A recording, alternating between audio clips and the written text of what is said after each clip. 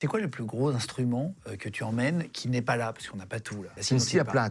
plâtre. Hein. Choisis une scie à plâtre. C'est pas la même chose. Tu as des scies circulaires, donc des scies qui tournent Ouais. très très vite. La scie à plâtre, elle fait un mouvement oscillant, avant-arrière, avant-arrière. Et ce mouvement oscillant fait que, normalement, elle ne touche pas les tissus mous, elle les détruit pas. Donc pour pas toucher la peau, la plupart du temps, euh, on, on peut passer une lame, hein, par exemple, pour faire en sorte que quand tu coupes le plâtre, la lame passe en dessous du plâtre, eh bien, c'est la lame qui est touchée et pas la peau.